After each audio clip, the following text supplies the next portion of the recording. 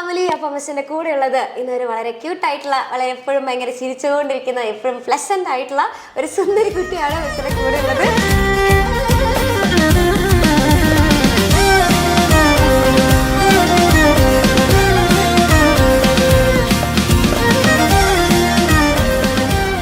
നമ്മുടെ ശ്രീലക്ഷ്മിക്ക് ഈ വർഷത്തെ +1 എക്സാമിന് 520-ൽ 520 മാർക്ക് വാങ്ങിയിട്ടാണ് മിസ്സിന് മുന്നിൽ ഇപ്പോൾ ഇരിക്കുന്നത്. അപ്പോൾ അതിൻ്റെ ആ ഒരു ടിപ്പുകൾ എന്തൊക്കെയാണ്, എങ്ങനെയാണ് ഈ 520-ൽ 520 മാർക്കൊക്കെ വാങ്ങിയത്, ഇതിൻ്റെ പിന്നിൽ എന്തൊക്കെ രഹസ്യങ്ങളാണ് ഉള്ളത് എന്നുള്ള കാര്യങ്ങളൊക്കെ നമുക്കൊന്ന് ചോദിച്ചറിയാം. അപ്പോൾ ശ്രീലക്ഷ്മി ഹായ്. യെസ്, അപ്പോൾ ശ്രീലക്ഷ്മി ആക്ച്വലി ഭയങ്കര സന്തോഷത്തിലാണല്ലേ. ഞാൻ ഇവിടെ നിന്ന് കണ്ടപ്പോൾ തുടങ്ങിയിട്ട് ചിരിച്ചിട്ടല്ലാതെ ഞാൻ കണ്ടിട്ടില്ല. വന്നപ്പോൾ ഞാൻ കണ്ടപ്പോൾ മുതൽ നല്ല ചിരിച്ച്, എപ്പോഴും ഇങ്ങനെ പ്ലസൻ്റ് ആയിട്ടിരിക്കുന്ന ആളാണോ? ഇപ്പോഴല്ല, പക്ഷെ ഇവിടെ വന്നപ്പോൾ തൊട്ടെന്തോ കുറച്ച് അല്ലേ, ഞങ്ങൾ അവിടേക്ക് എത്തിയപ്പോൾ കുറച്ച് എനർജി കൂടിപ്പോയി എന്നൊക്കെ. ഓക്കെ, അപ്പോൾ അങ്ങനെയാണെന്നുണ്ടെങ്കിൽ മോളെ ഈ റിസൾട്ടൊക്കെ അറിഞ്ഞ സമയത്ത് ഇപ്പം ഇത്ര സന്തോഷമായിട്ടിരിക്കുകയാണെങ്കിൽ എനിക്ക് അറിയണമെന്നുണ്ട്, എങ്ങനെയായിരുന്നു ആ റിസൾട്ട് അറിഞ്ഞ സമയത്തെ ആ ഒരു എക്സ്പ്രഷൻ എങ്ങനെയായിരുന്നു? ട്രാവൽ ചെയ്തുകൊണ്ടിരിക്കുകയായിരുന്നു. അപ്പോൾ റിസൾട്ട് വന്നത് ഞാൻ അറിഞ്ഞിട്ടുണ്ടായിരുന്നില്ല. പ്രിൻസിപ്പൾ വിളിക്കുക ചെയ്ത്. അപ്പോൾ അമ്മയ്ക്ക് ഇങ്ങനെ വിളി പോയി, അമ്മ എടുത്തു, ഇങ്ങനെ ആണോ ചോദിച്ചു. അപ്പൊ എനിക്ക് മനസ്സിലായി ഇതെന്തോ സംഭവം ഉണ്ടായിട്ടുണ്ട്, എന്തോ സംഭവം അമ്മയുടെ എക്സ്പ്രഷൻ മനസ്സിലായി. പിന്നെ കട്ട് ചെയ്തപ്പോൾ അമ്മ ഭയങ്കര ചിരിച്ചുകൊണ്ട് നമുക്ക് ഫുൾ മാർക്ക് ഉണ്ട് എന്ന് പറഞ്ഞു. ഞെട്ടിയോ? എന്റെ മാർക്ക് തന്നെയാണോ അത്? ചെറുതായും ഞെട്ടി. പിന്നെ ഞാൻ തന്നെ സ്വയം ട്രാവൽ ചെയ്തുകൊണ്ടിരിക്കുമ്പോൾ എൻ്റെ മൊബൈലിൽ ചാർജ് കഴിഞ്ഞിരുന്നു. പിന്നെ എങ്ങനെയൊക്കെയോ അത് ട്രെയിനിൽ ഇങ്ങനെ ചാർജ് ചെയ്യാൻ വെച്ച് എടുത്ത് അതിൻ്റെ രജിസ്റ്റർ നമ്പറും എടുത്ത് നോക്കി. അപ്പോഴാണ് ഒരു ആശ്വാസം ഇതില്ലേ. അപ്പോൾ കണ്ടപ്പോൾ ഭയങ്കര ഞെട്ടലായിരുന്നോ, അതോ എക്സ്പെക്ട് ചെയ്തിട്ടുണ്ടായിരുന്നോ? എക്സ്പെക്ട് ചെയ്തിരുന്നു, പക്ഷെ മാത്സിന്റെ കാര്യത്തിൽ ഒരു ചെറിയൊരു ഇതുണ്ടായിരുന്നു. ഇംഗ്ലീഷിന്റെ കാര്യത്തിലും മാത്സ് ഇംഗ്ലീഷ് നമ്മൾ വിചാരിച്ച ഒരു പാറ്റേണിലല്ല ഇത്തവണ ക്വസ്റ്റ്യൻസ് വന്നത്. ഇച്ചിരി ഒന്ന് ടെൻഷൻ ആക്കി വെച്ചിരുന്നില്ല, പക്ഷെ എന്നാലും അതിലും ഫുൾ മാർക്ക്. അടിപൊളി. ഓക്കെ, അപ്പോൾ ഈ മോൾ എങ്ങനെയായിരുന്നു നമ്മുടെ എക്സാമിന്റെ ഫാമിലിയുടെ ഭാഗമായിട്ട് വരുന്നത്? ഞാൻ ഫസ്റ്റ് എക്സാമിനോട് കാണുന്നത് 9th പഠിക്കുമ്പോഴാണ്. 9th ഒരു കെമിസ്ട്രി ക്ലാസ്, അത് അവിടെ നിന്നാണ് ഞാൻ സ്റ്റാർട്ടിങ്. അന്ന് തൊട്ടാ ഞാൻ ഇങ്ങനെ ലൈവ് പോണ കാര്യം തന്നെ അറിയുന്നത്. സ്റ്റേറ്റ് ആയിരുന്നില്ലേ? അപ്പൊ തൊട്ട് പിന്നെ സ്റ്റാർട്ട് ചെയ്തു. പിന്നെ 10th മൊത്തം ഞാൻ യൂട്യൂബ് ക്ലാസ്സുകൾ കണ്ടിരുന്നു. പിന്നെ 11th എത്തിയപ്പോൾ ഇങ്ങനെ ചേരാൻ തീരുമാനിച്ചു അഗ്നിയില്. അങ്ങനെ നമ്മുടെ അഗ്നി സ്റ്റുഡൻ്റ് ആയി നമ്മുടെ ഫാമിലിയുടെ ഭാഗമായിട്ട് ഇങ്ങനെ പഠിച്ച് അല്ലേ. എങ്ങനെ മോക്ക് ഇങ്ങനെ ഇപ്പം നമ്മുടെ യൂട്യൂബ് ക്ലാസ്സിൽ നിന്ന് നേരെ ഇപ്പോൾ ഇവിടേക്ക് വന്ന സമയത്ത് ആപ്പിലെ ക്ലാസ്സസ് ഒക്കെ കാണാനായിട്ട് സ്റ്റാർട്ട് ചെയ്തപ്പോൾ മോക്ക് എന്തായിരുന്നു ഒരു പ്ലസ് പോയിന്റ് ആയിട്ട് തോന്നിയത്? ഇപ്പോൾ യൂട്യൂബിലില്ലാത്ത കുറേ കാര്യങ്ങൾ ഇതിലുണ്ടെന്ന് മോക്ക് തോന്നിയത് എന്താ? ടോപ്പിക് വൈസ് ഉണ്ടായിരുന്നു. അപ്പോൾ സ്കൂളിൽ നിന്ന് എടുത്താലും പരമാവധി അങ്ങനെ മനസ്സിലാവില്ലെങ്കിലും വീടിച്ചെന്ന് വീണ്ടും നോക്കിയാൽ മനസ്സിലാവും. അങ്ങനെ ടോപ്പിക് വൈസ് ആയിട്ടുള്ളതുകൊണ്ട് നല്ല ഇതായിരുന്നു, അടിപൊളിയായിരുന്നു. മറ്റേതാവുമ്പോൾ യൂട്യൂബിൽ ഇങ്ങനെ സ്ക്രോൾ ചെയ്ത് എനിക്ക് ആവശ്യമുള്ള ടോപ്പിക് ഏതാണെന്ന് ഇങ്ങനെ കണ്ടെത്തേണ്ടി വരില്ലേ. ഇതാവുമ്പോൾ പിന്നെ ഇങ്ങനെ എടുത്ത് നോക്കിയതേ ഇങ്ങനെ ചെറിയ ചെറിയ വീഡിയോസ് ആയിട്ടുണ്ടാവും. കുട്ടി വീഡിയോസ് ആകുമ്പോൾ പിന്നെ ഓരോന്നോരോ തീരുമ്പോൾ ഒരു സന്തോഷം കൂടി കിട്ടും, സാറ്റിസ്ഫാക്ഷൻ അല്ലേ. അത് ആക്ച്വലി ഒരു അടിപൊളി സംഭവം. അത് ഞങ്ങൾക്കറിയാം, ഞങ്ങൾക്ക് ആ ഒരു സൈക്കോളജി ഒക്കെ അറിയാം, പിള്ളേരുടെ സൈക്കോളജി. നമുക്ക് അങ്ങനെയാണല്ലോ, നമുക്കിങ്ങനെ ഓരോന്നോരോന്ന് വേഗം തീർന്നു പോകുന്നു എന്നൊക്കെ പറയുമ്പോൾ 7 വീഡിയോസ് കാണാനായിട്ട് 4 വീഡിയോ കഴിഞ്ഞു ഇനി 3 നമ്മളെ കൊണ്ട് സാധിക്കും എന്നൊരു തോന്നൽ വരും. അത് ആക്ച്വലി ഒരു സെറ്റ് പരിപാടിയാണ്. നമ്മുടെ അലൻ സാറിനും നിങ്ങളുടെ സൈക്കോളജി ഒക്കെ നോക്കിയിട്ട് അതൊക്കെ നോക്കിയിട്ടുള്ള പരിപാടിയാണ്. മറ്റേതാകുമ്പോൾ നമുക്ക് കുറേ ഇപ്പോൾ 2 മണിക്കൂറിൻ്റെ ക്ലാസ്സിലൊക്കെ പറയുമ്പോൾ എൻ്റെ ഇതൊക്കെ എങ്ങനെ തീർക്കാനാന്നൊക്കെ ഉള്ളൊരു തോന്നൽ വരും അല്ലേ. അത് ലൈവ് ആകുമ്പോൾ കുഴപ്പമില്ല, പക്ഷെ മൊത്തം ഇങ്ങനെ കണ്ടിന്യൂസ് ആയിട്ട് വരുമ്പോൾ കാണാനേ പറ്റില്ല. ഇപ്പോൾ കുറേ പേർക്ക് ഇങ്ങനെ അറിയാനായിട്ടൊരു ആഗ്രഹം ഉണ്ടായിരിക്കും, ഇതെങ്ങനെയായിരിക്കും ഈ 520 മാർക്കൊക്കെ വാങ്ങിയിട്ടുണ്ടാവുക, അതിൻ്റെ പിന്നിലുള്ള ആ ഒരു രഹസ്യം എന്താണ് എന്നൊക്കെ അറിയാനായിട്ട് ഭയങ്കര ഒരു ആഗ്രഹം. ഇപ്പോൾ നമ്മുടെ കുറേ കുട്ടികൾക്ക് ഇത് കണ്ടുകൊണ്ടിരിക്കുന്ന ഒത്തിരി സ്റ്റുഡൻസിന് ഉണ്ടായിരിക്കും. അപ്പോൾ നമുക്ക് ആ ഒരു സീക്രട്ട് ടിപ്പ് എന്താണെന്ന് ചോദിച്ചു നോക്കല്ലേ. മോളെ എങ്ങനെയായിരുന്നു പഠിച്ചിരുന്നത്? ഞാൻ സീരിയസ് ആയിട്ട് ഇങ്ങനെ പഠിക്കാൻ തുടങ്ങിയത് ജനുവരി ഒക്കെ ആയപ്പോഴാണ്. അപ്പൊ തൊട്ട് ക്രിസ്മസ് എക്സാം കഴിഞ്ഞ് മാർക്കൊക്കെ വന്നു. അപ്പോൾ എനിക്ക് എല്ലാത്തിലും A+ കൂടി വന്നിട്ടുണ്ടായിരുന്നില്ല. അപ്പൊ പിന്നെ ഉണ്ടായിരുന്നില്ല. എനിക്ക് കെമിസ്ട്രിയിലും ഇംഗ്ലീഷിലും ഉണ്ടായിരുന്നില്ല. അപ്പൊ പിന്നെ അപ്പോഴാ മനസ്സിലായി പഠിച്ചേ പറ്റൂ, ഇനി പോയി കഴിഞ്ഞാല് ശരിയാവില്ല. പിന്നെ ഓരോ ചാപ്റ്ററിന് റിവിഷൻ ക്ലാസ്സും PYQs നോക്കും. PYQs ആദ്യത്തെ ഒരു 2 വട്ടം വീഡിയോ പ്ലേ ചെയ്താലും പിന്നെ PDF ആയിട്ട് ഉണ്ടാവുമല്ലോ, അത് ചെയ്യും. ആ 3 മാസം കൂടുതലായിട്ട് തലേദിവസമൊക്കെ തലേന്ന് ഞാൻ കാര്യമായിട്ട് ലൈവ് ഇപ്പോൾ ഉണ്ടാവുമല്ലോ, ലൈവ് കാണാൻ പറ്റില്ലെങ്കിൽ അതിന്റെ നോട്ട്സ് നോക്കും. നോട്ട്സ് കമ്മ്യൂണിറ്റിയിൽ കിട്ടും. പിന്നെ ഓരോന്നിന്റെയും ഈ പറഞ്ഞ PYQs തന്നെ നോക്കിയിരുന്നു മെയിനായിട്ട്. എക്സാമിനൊക്കെ സമയമാകുമ്പോൾ കൂടുതൽ പ്രീവിയസ് ഇയർ ക്വസ്റ്റ്യൻസ് ആണ് കൂടുതൽ നോക്കുന്നത്. ഓക്കെ, ഇപ്പോൾ ഇപ്പൊ അമ്മയൊക്കെ സംസാരിച്ചോണ്ട് വെച്ച് പറയാം. ഇപ്പൊ മോക്ക് ഇപ്പൊ ഈ ഒരു 520 മാർക്കൊക്കെ വാങ്ങാനായിട്ട് പാരന്റ്സിന്റെ റോൾ എങ്ങനെയായിരുന്നു? അവരുടെ സപ്പോർട്ടൊക്കെ എങ്ങനെയാണെന്ന് ചോദിച്ചാൽ എന്തായാലും പറയാ. ഞാൻ ചില ദിവസങ്ങളിലേക്ക് അങ്ങനെയുണ്ട്. മീൻസ് രാത്രി ഞാൻ പെട്ടെന്ന് ഉറങ്ങും. അമ്മ എനിക്ക് ഉറക്കം വരണമെന്ന് പറഞ്ഞ് പോകും. 8 മണിക്ക് തന്നെ ചിലപ്പോൾ എണീച്ച് പോകും. ഒന്ന് ഉറങ്ങിക്കോ, നാളെ രാവിലെ നേരത്തെ നീക്കി. പിന്നെ അച്ഛനാണെങ്കിലും ആണോ ഓക്കെ. പിന്നെ അതേപോലെ ഇപ്പോൾ ഏതെങ്കിലും എക്സാം കഴിഞ്ഞ് ടഫായിരുന്നു പറഞ്ഞാൽ സാരല്ലേ, കുഴപ്പമില്ല, നീ പഠിച്ചോ, കുഴപ്പമില്ല അവർ ഫുൾ സപ്പോർട്ടാണല്ലേ. ഇപ്പോൾ ആക്ച്വലി മോളിപ്പോൾ പറഞ്ഞു എനിക്ക് ഇടയിൽ ഇപ്പോൾ A+ ഒന്നും ഉണ്ടായിരുന്നില്ല.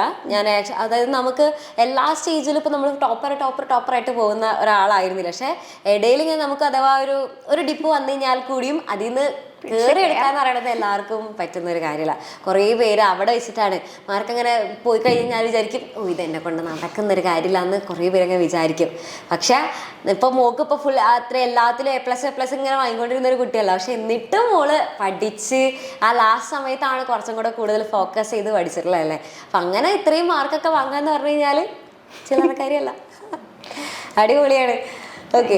അപ്പൊ ഇനി നമ്മൾ നോക്കുകയാണെന്നുണ്ടെങ്കിൽ ഇപ്പോൾ നമ്മളിപ്പോൾ പഠിക്കുമ്പോൾ എക്സാമിന്റെ സമയത്തൊക്കെ പഠിക്കുന്ന സമയത്ത് നമുക്ക് കണ്ടിന്യൂസ് ആയിട്ട് ചിലപ്പോൾ പഠിക്കാനൊന്നും പറ്റിയെന്ന് വരില്ല. അപ്പൊ നമുക്ക് കോൺസെൻട്രേഷൻ ഒക്കെ നിൽക്കുന്ന ഒരു ടൈം ലിമിറ്റ് ഉണ്ടല്ലോ. അപ്പൊ കണ്ടിന്യൂസ് ആയിട്ട് പഠിക്കാൻ പറ്റില്ല. അപ്പൊ നമ്മൾ ഇടയിൽ ബ്രേക്ക് ഒക്കെ എടുത്തിട്ടായിരിക്കും പഠിക്കുന്നുണ്ടാവും. അപ്പൊ ആ ബ്രേക്ക് ഒക്കെ എടുക്കുന്ന സമയത്ത് എന്തായിരുന്നു പരിപാടി? അതായത് എന്തൊക്കെയായിരിക്കും ചെയ്യുന്നുണ്ടാവുക? ഞാൻ പാട്ട് കേൾക്കും. ഞാൻ നന്നായിട്ട് ഹിന്ദി സോങ്സ് കുറെ കേൾക്കുന്ന പാട്ട് പാടുവോ?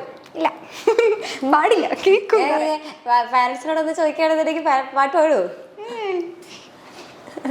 വേണമെന്നുണ്ടെങ്കിൽ നമുക്കൊരു പാട്ടൊക്കെ സെറ്റാക്കാം. പാട്ട് പാടില്ല, പാട്ട് കൂടുതൽ കേൾക്കുന്ന ഒരാളാണ്. അങ്ങനെ പാട്ട് കുറെ കേൾക്കും. പിന്നെ മാത്രമല്ല ഞാൻ അങ്ങനെ ഒരു സ്ഥലത്തിരുന്ന് പഠിക്കുന്ന ഒരാളല്ല. വീട് മൊത്തം നടന്ന് ആസ്വദിച്ച് വൈകുന്നേരം ഞാൻ ടെറസിന്റെ മീതെ കയറും. പിന്നെ അത് കഴിഞ്ഞാൽ അങ്ങനെ റൂമിലിരുന്ന് പഠിത്തമൊന്നുമില്ല. മാത്സ് പഠിത്തമൊക്കെ ഫുൾ ടൈം ഡൈനിങ് ടേബിളിൽ ഇരുന്നിട്ടായിരുന്നു. അങ്ങനെ അപ്പൊ എന്താ വെച്ചാൽ ഇവരെ ഇടയ്ക്കിടയ്ക്ക് കാണുകയും ചെയ്യും, ഇവരോട് കുറെ വർത്താനം പറയുകയും ചെയ്യും. അതുകൊണ്ട് അങ്ങനെ ബ്രേക്കിന്റെ ഒരു ആവശ്യം വന്നിട്ടില്ല. മോളുടെ ഹോബീസ് ഒക്കെ എന്താ? ഞാൻ അങ്ങനെ കുറെ സോങ്സ് കേൾക്കും, മൂവീസ് കാണും, പിന്നെന്താ കുറെ ബുക്സ് കുറച്ചൊക്കെ വായിക്കും. പിന്നെ അത്യാവശ്യം ഞാൻ ചില സമയത്ത് എഴുതാറുണ്ട്. മീൻസ് എങ്ങനത്തെ സ്റ്റോറീസ്? കവിത എഴുതിയ ഒരു കവിത ജസ്റ്റ് ഒന്ന് പറയാൻ പറ്റുമോ? ഐ മീൻ ഇത് പ്രസന്റ് ചെയ്യാൻ പറ്റുമോ? ഒന്ന് ആലോചിച്ച് നോക്കുകയാണെങ്കിൽ. കവിത ഞാൻ ഡിസ്ട്രിക്ട് ലെവലിൽ പോയിരുന്നു. എന്നിട്ടാണ് പിന്നെ നമ്മളൊരു കവിത അല്ലേ രജിസ്ട്രേഷൻ ഡിസ്ട്രിക്ട് ലെവലിൽ പങ്കെടുത്തു. എന്നിട്ടാണോ ഇത്രയൊക്കെ ചെയ്തിട്ടുണ്ടെങ്കിൽ നമ്മള് അല്ലെ ഒന്ന് പ്രസന്റ് ചെയ്യാതെ പോകുന്നത് മോശമാണ് അല്ലേ? ഒന്ന് ആലോചിച്ച് നോക്കിയാൽ നമ്മളെ കൊണ്ട് പറ്റും. രജിസ്ട്രേഷൻ നോക്കാം. റോബർട്ട് ഫ്രോസ്റ്റിന്റെ ഹോംബറിയിൽ നിന്നുള്ള പോയ ഞാൻ അന്ന് റിസൈറ്റ് ചെയ്തിരുന്നേ. അതാണ് ഇപ്പൊ ചെയ്യുന്നത്. He saw her from the bottom of the stairs before she saw him. She was starting down, looking back over her shoulder at some fear. She took a doubtful step and then undid it. To raise herself and look again, he spoke, advancing toward her. What is it you see from up there always? For I want to know. She turned and sank upon his skirts at that, and her face changed from terrified to dull. He said to gain time, what is it you see? Mounting until she covered under him. I will find it out now. You must tell me, dear. She, in her place, refused him any help. With the least stiffening of her neck and silence, she let him look, sure that he wouldn't see. Blunt creature, and a wall he didn't see. Okay. അപ്പോൾ ഇതിൽ actually ഇത് മാത്രമല്ല, recitation മാത്രമല്ല, ഇത് കൂടാതെ കവിതാരചനയിലും കഥാരചനയിലും എല്ലാത്തിലും full all in all ആയിട്ട് നടക്കുന്ന ഒരാളാണ്. അപ്പോൾ ഇങ്ങനെയൊക്കെ നടക്കുമ്പോൾ അല്ലെങ്കിൽ നമുക്ക് ഇങ്ങനെയുള്ള പാർട്ടിസിപ്പേറ്റ് ഒക്കെ ചെയ്യുന്ന സമയത്ത് ക്ലാസ്സസ് ഒക്കെ മിസ്സാവലൊക്കെ ഉണ്ടോ? ക്ലാസ് അങ്ങനെ കുറെ സമയങ്ങളിൽ മിസ്സായിരുന്നു. പിന്നെ ഞാൻ പറഞ്ഞില്ലേ, ഒരു ക്രിസ്മസ് വരയ്ക്ക് ഇങ്ങനെ വലിയ ചൂടൊന്നും ഉണ്ടായിരുന്നില്ല. അത് കഴിഞ്ഞിട്ടാണ് ഒരു ചൂട് വന്നത്. അപ്പോൾ ആ ഒരു സമയത്ത് കുറച്ച് ഇച്ചിരി ഡൗൺ ആയി പോയി കഴിഞ്ഞാലും ആ ഒരു ലാസ്റ്റ് സമയത്ത് ഒന്നൊന്ന് ട്രൈ ചെയ്ത് ഒന്ന് മാക്സിമം ഒന്ന് ഇരുന്ന് പഠിച്ചതാണ് അല്ലേ, അങ്ങനെ കിട്ടിയതാണ്. ഓക്കെ. ഇപ്പം നമ്മുടെ സാധാരണ ടീച്ചേഴ്സിനൊക്കെ പോലെ ആയിരിക്കില്ല ഇപ്പം നമ്മുടെ എക്സാമിനറിലെ ടീച്ചേഴ്സ് കുറച്ച് ഇച്ചിരി ഡിഫറെൻ്റ് ആണ്. അപ്പോൾ മോക്ക് എങ്ങനെയാണ് ഇപ്പം നമ്മളിപ്പോൾ എന്താണ് മോക്ക് ഇപ്പോൾ നമ്മുടെ എക്സാമിനുള്ള ടീച്ചേഴ്സിൽ കുറച്ച് ഇച്ചിരി ഒരു ഡിഫറെൻ്റ് ആയിട്ട് തോന്നിയ കാര്യം? ഫുൾ ടൈം അവർ തന്നെ നമ്മളുടെ ശ്രദ്ധ ഇങ്ങനെ എടുത്തോളും, നമ്മളായിട്ട് കൊടുക്കേണ്ട ഒരു ആവശ്യമില്ല. പിന്നെ അതേപോലെ അലക്സാറിൻ്റെയും നിൽഷ മിസ്സിൻ്റെ ഒക്കെ ക്ലാസ് ഫിസിക്സ് അതൊക്കെ ഒരു ഇതാണ്, മീൻസ് കുറച്ച് ബോറിംഗ് ആയിട്ടുള്ള സബ്ജക്റ്റ് ആണെങ്കിൽ അവരത് എങ്ങനെയെങ്കിലുമൊക്കെ ഒന്ന് എടുത്ത് വന്നു. പിന്നെ അതേപോലെ biology Archana miss, ATM miss, Dilsha miss അല്ല സോറി ശ്രുതി മിസ്. എനിക്ക് ഇവർ രണ്ടുപേരും നമ്മൾ ഇടയ്ക്കിടയ്ക്ക് മാറും. ഇവരൊക്കെ ഭയങ്കര സപ്പോർട്ടാണ്. അടിപൊളിയാണ്. അപ്പോൾ ക്ലാസ്സസ് ഇപ്പോൾ നമുക്കറിയാം ആക്ച്വലി എന്താ പറയുക, കുട്ടികളുടെ അടുത്ത് കുറച്ചൊക്കെ ചളിയൊക്കെ അടിച്ചു തന്നാലാണ്, അല്ലെങ്കിൽ ഇവർ വേഗം ഉറങ്ങിപ്പോവില്ലേ, അല്ലെങ്കിൽ എന്തെങ്കിലുമൊക്കെ എന്താ പറയാ വേഗം ഒന്ന് ബാക്കൊക്കെ അടിച്ച് പറഞ്ഞിട്ട് പോകും. അപ്പൊ അതായത് നമ്മളിങ്ങനെ കോഡുകളൊക്കെ പറയുന്നതൊക്കെ ഇഷ്ടമാണോ? കോഡുകൾ ഞാൻ കുറെ ഉണ്ടാക്കുന്ന ഒരാളും കൂടി. അത് അടിപൊളിയാണ് ആക്ച്വലി. നമുക്ക് സ്വന്തമായിട്ട് കോഡും കൂടെ ഉണ്ടാക്കുകയാണെന്നുണ്ടെങ്കിൽ +1 ബയോളജിയിൽ ഫസ്റ്റ് തന്നെയാണ് keep pot clean or family get സിക്ക്. ഇതായിരുന്നു ഫസ്റ്റ് കോഡ് ലിവിംഗ് വേൾഡിലെ. അപ്പോൾ ഇവിടെ നിന്നാണ് കോഡിങ്ങളുടെ സ്റ്റാർട്ടിങ്. പിന്നെ കുറെ ഞാനും കോഡ് വെച്ച് സ്വന്തമായിട്ട് എൻ്റെ വഴികൂടെ കിടക്കട്ടെ. ഓക്കെ. അപ്പോൾ അത് ആക്ച്വലി നല്ലതാണ് സംഭവം. ഇങ്ങനെ കോഡുകളൊക്കെ വെച്ച് പഠിക്കുമ്പോൾ കുറച്ചും കൂടെ ഓർമ്മയിലൊക്കെ നിൽക്കാനായിട്ട്. ഇപ്പോൾ ബയോളജിക്കാണെങ്കിൽ കുറേ ടേംസ് ഒക്കെ ഓർമ്മയിൽ നിൽക്കാൻ ഇച്ചിരി പ്രയാസമായിട്ടില്ലേ? ഏറ്റവും ഇഷ്ടമല്ലാത്ത സബ്ജക്റ്റ് ഏതാ? ഇഷ്ടമല്ലാത്തൊരു സബ്ജക്റ്റ് പറഞ്ഞാൽ അങ്ങനെ ഒരു സാധനം ഇല്ല. എല്ലാത്തിലും ചില സമയത്ത് എല്ലാത്തിനും പൊതുവെ വലിയ ഇഷ്ടമില്ല, എന്തായാലും കുഴപ്പമില്ല, എല്ലാത്തിനും ഒരു കുഴപ്പമില്ലാത്തുള്ള രസം. എല്ലാത്തിനും കുഴപ്പമില്ല, അത്രയൊക്കെ തന്നെ ഉള്ളൂ. ഏറ്റവും ഇഷ്ടമുള്ള സബ്ജക്റ്റ് ഏതാ? അതൊന്ന് ആലോചിക്കണം. ഓക്കെ. എല്ലാവരും നടുക്കഷ്ടായിട്ടാണ് നിൽക്കുന്നത് അല്ലേ? ഭയങ്കര ഇഷ്ടം എന്ന് പറയാനായിട്ട് സബ്ജക്റ്റും ഇല്ല. അതായിട്ട് ഫിസിക്സ് കുറച്ച് ഇൻട്രസ്റ്റിംഗ് ആയിട്ട് ഫീൽ ചെയ്യും. ഫിസിക്സ് നല്ല രസമാണ്. എല്ലാം ഇങ്ങനെ നമുക്ക് എക്സ്പെരിമെന്റ്സിലൂടെയൊക്കെ ചെയ്ത് ഒരു തരത്തിൽ കുറെയൊക്കെ നമ്മൾ തന്നെ വിചാരിക്കുന്ന ഒരു രീതിയിലും കൂടി ആവുമ്പോൾ കുറച്ച് ഇൻട്രസ്റ്റിംഗ് ആണ് അത്. ഫിസിക്സ് ആണ് ഏറ്റവും കൂടുതൽ ഇഷ്ടമുള്ള സബ്ജക്റ്റ്. അപ്പോൾ അലക്സാറിന്റെ ഒക്കെ ക്ലാസ് ഒക്കെ ആണോ ഇവിടെ ഏറ്റവും ഫേവറേറ്റ് ടീച്ചർ? അലക്സാറാണോ? അലക്സാർ, ദിൽഷ മിസ്, അർച്ചന മിസ് ആണ് ഏറ്റവും കൂടുതൽ. അർച്ചന മിസ് 10th അർച്ചന മിസ്സിന്റെ കുറെ ക്ലാസ് ഉണ്ടായിരുന്നു. 10th അർച്ചന മിസ്സിന്റെ കുട്ടിയാണ്. ഓക്കെ. അപ്പൊ ഇനി മോളുടെ ഫ്യൂച്ചർ പ്ലാൻസ് ഒക്കെ എന്താണെന്ന് ചോദിക്കുകയാണെങ്കിൽ? ഞാൻ ഒന്ന് തീരുമാനിച്ചിട്ടില്ല. പിന്നെ പറ്റിച്ച JEE ട്രൈ ചെയ്യണം. JEE ഒന്ന് സെറ്റാക്കണം എന്നുള്ളതാണ് ഇപ്പോഴത്തെ കറന്റ് ഇപ്പോൾ ഉള്ളൊരു ആഗ്രഹം. ഓക്കെ. അപ്പോൾ മോൾക്ക് ഇനിയും ഇതേപോലെ തന്നെ സാധിക്കട്ടെ. അപ്പോൾ ഇനി നമ്മുടെ ജൂനിയേഴ്സ് കുട്ടികളോട് എന്താണ് പറയാനുള്ളത്? അവരൊക്കെ വിചാരിക്കുന്നത് സംബന്ധിച്ചാൽ ഇതൊന്നും അവരെ കൊണ്ട് സാധിക്കില്ല. ഈ 520 എന്നൊക്കെ പറയണത് ഭയങ്കര ടോപ്പേഴ്സിന് മാത്രമേ സാധിക്കുള്ളൂ എന്നൊക്കെ വിചാരിച്ചിട്ട് കുറേ പേര് ഇരിക്കുന്നുണ്ടായിരിക്കും. അപ്പോൾ അവരോട് മോക്ക് എന്താ പറയാനുള്ളത്? ഇതേപോലെ ഞാനും കഴിഞ്ഞാൽ ഇരുന്നിട്ടുണ്ട്, ഇന്റർവ്യൂസ് ഇങ്ങനെ കണ്ടിട്ടുണ്ട്. എങ്ങനെ ഇന്റർവ്യൂസ്, നമ്മുടെ മുന്നത്തെ ഇന്റർവ്യൂസ് ഒക്കെ കാണുന്ന സമയത്ത് ഒരു മോട്ടിവേഷൻ ആണോ? മോട്ടിവേഷൻ ആണ്. ഇവരെയും കൊണ്ട് എങ്ങനെ സാധിക്കുന്നു. അപ്പോൾ എന്താ, ശ്രമിച്ചാൽ നടക്കാത്തായിട്ട് ഒന്നുമില്ല.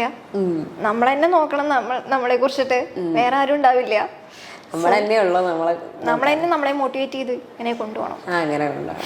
അടിപൊളി.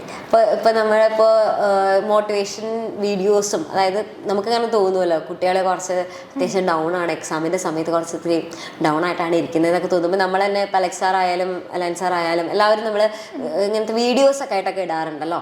അപ്പൊ അതൊക്കെ എങ്ങനെ മോക്ക് യൂസ്ഫുൾ ആയിട്ട് തോന്നാറുണ്ടോ?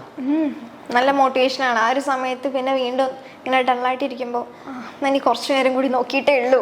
അതങ്ങനെ ആ ഒരു സമയത്ത് ഇങ്ങനെ ഇച്ചിരി ഒന്ന് ഡൗൺ ആയി പോകുമ്പോൾ അത് ആക്ച്വലി ഭയങ്കര ഹെൽപ്ഫുൾ ആണല്ലേ. ഇപ്പം അലൻ സാറൊക്കെ പറഞ്ഞ പോലെ മറ്റേ ബൂസ്റ്റൊക്കെ കുടിച്ചിരിക്കും മക്കളെ എന്നൊക്കെ പറഞ്ഞു കഴിഞ്ഞാല് അപ്പൊ തന്നെ വേഗം ഉള്ള എനർജിയിൽ ഇരിക്കാറുണ്ടോ? അയ്യോ, നല്ല രസമാണ്. അലൻ സാറിൻ്റെ ക്ലാസ്സുകൾ മാത്സ്, ഞാൻ 9th ഞാൻ പറഞ്ഞില്ലേ കെമിസ്ട്രി കഴിഞ്ഞിട്ട് പിന്നെ ഞാൻ കാണുന്ന അലൻ സാറിന്റെ ക്ലാസ്സാണ് ഫസ്റ്റ് തൊട്ട് അവസാനം വരെ. കെമിസ്ട്രി ഞാൻ ഏതോ ലാസ്റ്റ് ഒരു ഹാഫ് അവർ ആയിരുന്നു കണ്ട്, എന്നിട്ട് അങ്ങനെ പോയി. പിന്നെ ഞാൻ ശരിക്കും ഫുൾ കാണുന്ന അലൻ സാറിന്റെ ക്ലാസ്സാണ് മാത്സ്. പിന്നെ അവിടെ നിങ്ങട് സെറ്റായിരുന്നു. ആ മാത്സിനോടുള്ള ആ ഒരു പേടിയൊക്കെ അങ്ങ് മാറി കിട്ടുമല്ലേ? ഫുള്ള് സെറ്റാണ്. ഓക്കെ. അപ്പോൾ നമ്മുടെ അടിപൊളിയായിട്ട് നമ്മുടെ ശ്രീലക്ഷ്മിയാണ് ഇപ്പോൾ മിസ്സിൻ്റെ മുന്നിലുള്ളത്. ശ്രീലക്ഷ്മിക്കും നിങ്ങളെപ്പോലെ തന്നെയാണ്, അതായത് ഭയങ്കര ഫുൾ ടൈം ടോപ്പറായിട്ട് നിൽക്കുന്ന ഒരു കുട്ടിയല്ല ശ്രീലക്ഷ്മി. പക്ഷേ അതിൻ്റെ ഇടയിലാണെന്നുണ്ടെങ്കിൽ നമുക്ക് ഇടയിലൊരു ഡൗൺ വന്നു കഴിഞ്ഞാൽ പോലും പക്ഷെ അതിൽ നിന്ന് കയറിയെടുക്കാനുള്ള ആ ഒരു കഴിവ് വേണം. അല്ലേ? അത് ആ ഒരു വിൽ പവർ ഉണ്ടെന്നുണ്ടെങ്കിൽ മാത്രമാണ് നമുക്ക് അത്രയും അതിൽ നിന്ന് കയറിയെടുക്കാനായിട്ട് പറ്റുള്ളൂ. അപ്പോൾ ഇതിപ്പോൾ മോളിപ്പോൾ ഇങ്ങനെ ഇത്രയും നല്ല മാർക്കൊക്കെ സ്കോർ ചെയ്യാനായിട്ട് സാധിച്ചു, എത്രയും ആ ലാസ്റ്റ് മിനിറ്റിലാണെന്നുണ്ടെങ്കിൽ കഷ്ടപ്പെട്ട് ചെയ്ത് ഇത്രയും മാർക്കൊക്കെ വാങ്ങാനായിട്ട് പറ്റിയിട്ടുണ്ടെങ്കിൽ ഇനി ആയാലും മോൾക്ക് കൂളായിട്ട് എല്ലാ എക്സാംസിലും ഇനിയുള്ള മോളുടെ ഒത്തിരി സ്വപ്നങ്ങളുണ്ട്, അതൊക്കെ മോൾക്ക് നേടിയെടുക്കാനായിട്ട് അതിലേക്ക് എത്താനായിട്ട് സാധിക്കും. ഓക്കെ, അപ്പോൾ എല്ലാവർക്കും ഒരു ഇൻസ്പിറേഷനാണ്. കുറേ പേര് ഇങ്ങനെ ഡൗൺ ആയി പോകുമ്പോൾ നടക്കില്ല എന്നൊക്കെ വിചാരിച്ചിരിക്കുന്നവർക്ക് ശ്രീലക്ഷ്മി ഒരു ഇൻസ്പിറേഷനാണ്. അപ്പോൾ അടിപൊളിയായിട്ടിരിക്കട്ടെ മക്കളെ. ഇനിയും ലൈഫ് ലോങ് ഇതേപോലെ ഇപ്പോൾ ചിരിച്ചിരിക്കുന്ന പോലെ തന്നെ ഇനി എല്ലാ കാലത്തും ലൈഫ് ലോങ് ഹാപ്പി ആയിട്ടിരിക്കാൻ പറ്റട്ടെ. അപ്പോൾ ഓൾ ദ വെരി ബെസ്റ്റ്. എന്തും കൂടെ കൺഗ്രാറ്റ്സ് അറിയാണ്. ഓക്കെ, ഇത് നല്ല ചില്ലറ വിജയമല്ല, ഫുൾ മാർക്കാണ് കിട്ടിയിട്ടുള്ളത്. അപ്പോൾ അടിപൊളിയായിട്ടിരിക്കാം. Thank you. ഫുൾ എൻജോയ് ചെയ്ത് നല്ല ഹാപ്പി ആയിട്ടിരിക്കാം.